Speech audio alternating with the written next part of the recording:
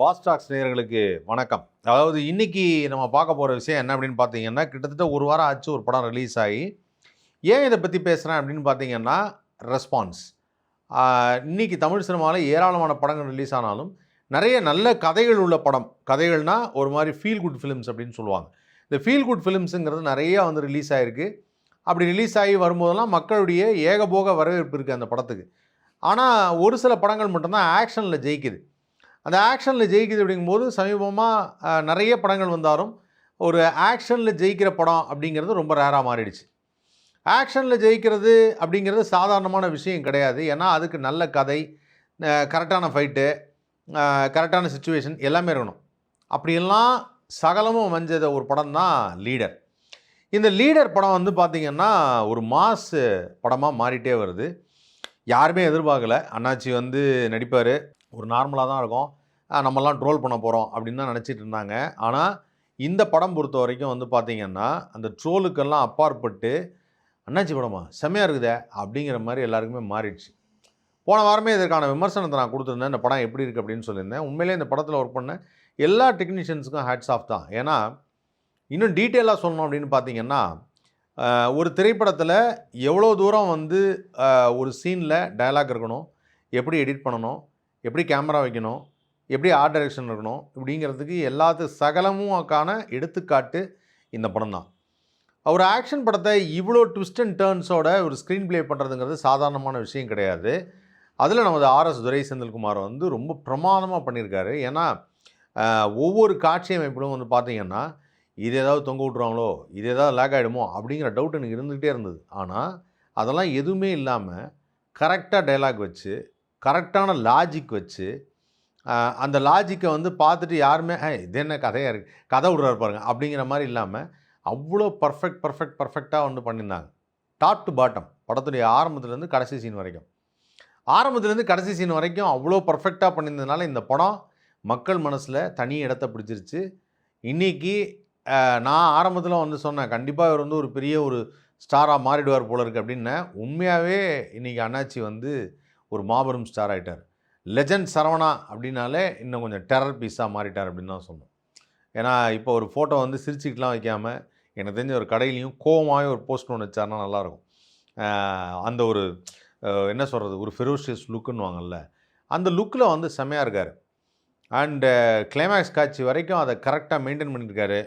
Dialogue, அவர் பேசின விதம் எல்லாமே வந்து மாறுபட்டிருக்கு முதல் படத்துக்கும் இந்த படத்துக்கும். குறிப்பாக சொல்லணும்னா முதல் படத்தில் அவரை வந்து ரொம்ப ட்ரோல் பண்ணது வந்து டான்ஸ் ஆடுறது, நிறைய கேர்ள்ஸோட டான்ஸ் ஆடுறதுங்கிறது, அதுக்கப்புறம் வந்து எமோஷ்னலாக நடிக்கிறதுங்கிறது. பட் இந்த படத்தில் எமோஷ்னல் காட்சி பண்ணியிருக்காரு, சூப்பராக இருக்குது. அண்ட் இந்த படத்தில் டான்ஸ் எல்லாம் பண்ணல, நார்மலாக தான் இருக்குது. படத்துக்கு இந்த தேவையில்லாத பாட்டு, தேவையில்லாத அங்கங்கே ஏதாவது ஒரு எலிமெண்ட் இருக்குது, அந்த மாதிரிலாம் எதுவுமே இல்லை.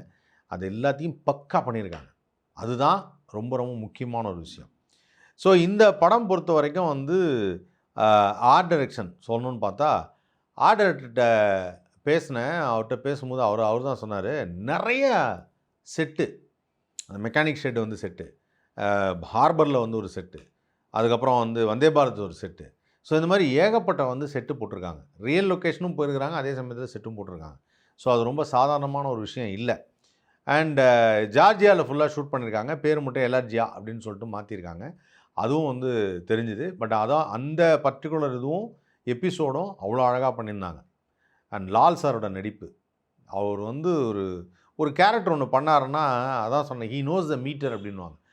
எந்த இடத்துல ஆரம்பிக்கணும், எங்கே முடிக்கணும், எப்படி டைலாக் பேசணும், என்ன டைலாக் டெலிவரி அப்படிங்கிறத அவ்வளோ பர்ஃபெக்டாக பண்ணியிருந்தார். இப்படி எல்லாம் சேர்ந்து அமைஞ்சு போனது தான் இந்த படத்துடைய விமர்சனம் அப்படின்னு பார்க்கும்போது நிறைய பேர் வந்து போட்டிருந்தாங்க.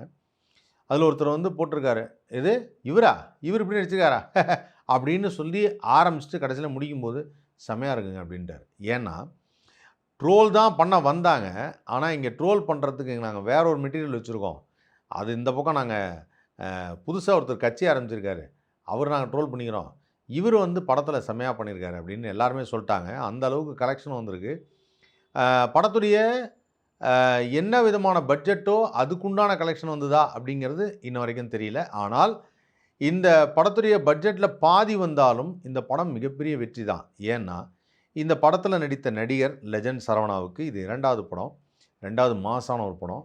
அவர் இது வரைக்கும் வந்து ஒரு வியாபாரியாக இருந்திருக்காரு. ஆனால் இந்த படம் மூலிமா திரையுலகத்தில் தனக்குன்னு ஒரு இடத்த தக்க வைக்கிறதுக்கான ஒரு முயற்சியில் இறங்கியிருக்கார். அந்த முயற்சி மாபெரும் வெற்றி பெறும் அப்படிங்கிறதுல நல்ல ஒரு நம்பிக்கையே இருக்குது. ஏன்னா அந்த அளவுக்கு படத்தை பண்ணியிருக்கார். ஆனால் அதே சமயத்தில் இந்த படத்தை தொடர்ந்து இது இன்றைக்கி வந்து வியாழக்கிழமை, இந்த போன வாரம் வெள்ளிக்கிழமை ரிலீஸ் ஆனது இன்றைக்கி வியாழக்கிழமை வரைக்கும் நல்லா பட்டை கிளப்பி போயிட்டுருக்கு. இப்போ இதே வந்து நாளைக்கு வந்து பார்த்திங்கன்னா TN 2026ன்னு ஒரு படம் ரிலீஸ் ஆகுது. இந்த படத்தை பற்றி சொல்லணும் அப்படின்னு பார்த்தீங்கன்னா, அந்த படத்தை வந்து தடை செய்யணும் அப்படின்லாம் சொல்லிட்டாங்க. ஏன்னா அந்த படத்தை டைரக்ட் பண்ணது வந்து தம்பி ராமையா அவருடைய பையன் உமாபதி எஸ் ராமையா. அண்ட் அந்த படத்தை ப்ரொடியூஸ் பண்ணது வந்து கண்ணன் ரவி அவர்கள். இந்த படத்தை நடிச்சிருந்தது அப்படிங்கும்போது வழக்கமாக என்ன பண்ணுவாங்கன்னா ஹீரோட பேர் போட்டு இன் அண்ட் ஆஸ் அப்படின்லாம் அப்படி போடுவாங்க.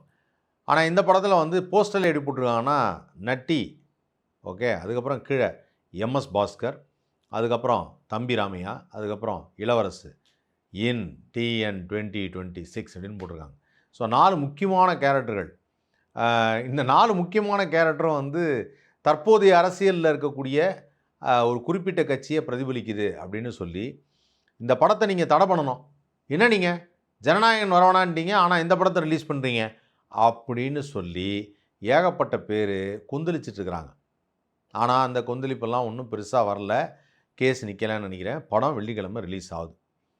ஓகே, அந்த படத்தில் என்ன பண்ணியிருக்காங்க, எப்படியெல்லாம் வந்து கலாய்ச்சிருக்காங்க அப்படிங்கிறத காத்துன்னு தான் போகணும். கண்டிப்பாக தம்பி ராமையா, MS பாஸ்கர் இவங்கெல்லாம் சேர்ந்தாங்கன்னா கருத்தோடு சேர்ந்து கலாய்ப்பு நிச்சயம். இவங்கள்ட்டேருந்து வந்து நம்ம வந்து இல்லை சார் கருத்தாக தான் படம் பண்ணியிருப்பாங்க, நல்ல விஷயங்கள் சொல்லியிருப்பாங்கன்னு நான் எதிர்பார்க்க மாட்டேன். ஏன்னா எல்லாருமே இதில் வந்து சட்டில் பர்ஃபார்மன்ஸ்னுவாங்க. தம்பி ராமையெல்லாம் சிரிக்காமல் ஒரு விஷயத்தை கலாய்ச்சி விட்டு போயிடுவார். MS பாஸ்கர் சமீபத்தில் உங்களுக்கு தெரியும் ஒரு நடிப்பு அரக்கனாக மாறுறார் அவர். அது நேஷ்னல் அவார்டு கொடுத்ததுக்கப்புறம் சில படம்லாம் அந்த ஹாட்ஸ்பாட்டில் நடித்ததெல்லாம் பார்த்தா MS பாஸ்கர் பட்டையை கிளப்புறார்.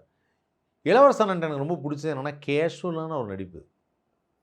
இப்போ வரைக்கும் அந்த ஷாட்டில் அவர் வந்து நடிக்கிறாருன்னு எனக்கு தோணாது. வர்றாரு அப்படியே அந்த கேரக்டராக வாழ்ந்துட்டு அப்படியே போகிறார், வர்றாரு அந்த கேரக்டராக வாழ்ந்துட்டு அப்படியே போகிறார்.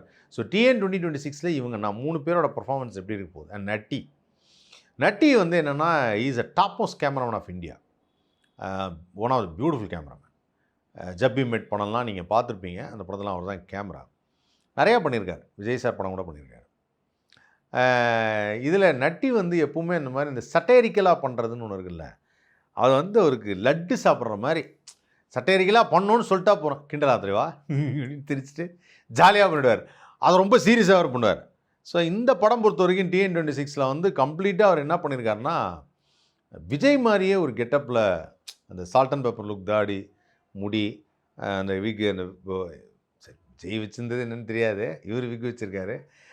அதுக்கப்புறம் வந்து அது என்னது ஒயிட் ஷர்ட்டு, அந்த ஒரு க்ரீம் கலர் பேண்ட்டு, இதெல்லாம் போட்டு நடந்து வர்றது நிற்கிறேன். இவரும் அதே மாதிரி ஒரு 6 அடி உயரம் இருப்பார், நல்ல உயரமாக இருப்பார். ஆனால் என்ன மிஸ் ஆகிடுச்சுன்னா விஜயை விட உயரம் ஆதவ அர்ஜுனா. நட்டி கண்டிப்பாக விஜயை விட உயரமாக இருப்பார்னு நினைக்கிறேன். ஆக்சுவலாக இப்போ அது மாதிரி ஆதவ அர்ஜுனா மாதிரி ஒரு கேரக்டர் விஜயா வாழ்ந்தால் எப்படி இருக்குங்கிற மாதிரி இந்த படத்தில் வந்திருக்கோன்னு நினைக்கிறேன். ஸோ வெயிட் பண்ணி பார்க்கலாம். இருந்தாலும் ஆதவ அர்ஜுனா கேரக்டரை யாரோ ஒரிஜினலாகவே பண்ணியிருக்காங்க அப்படின்னு சொன்னாங்க, யாருன்னு தெரில.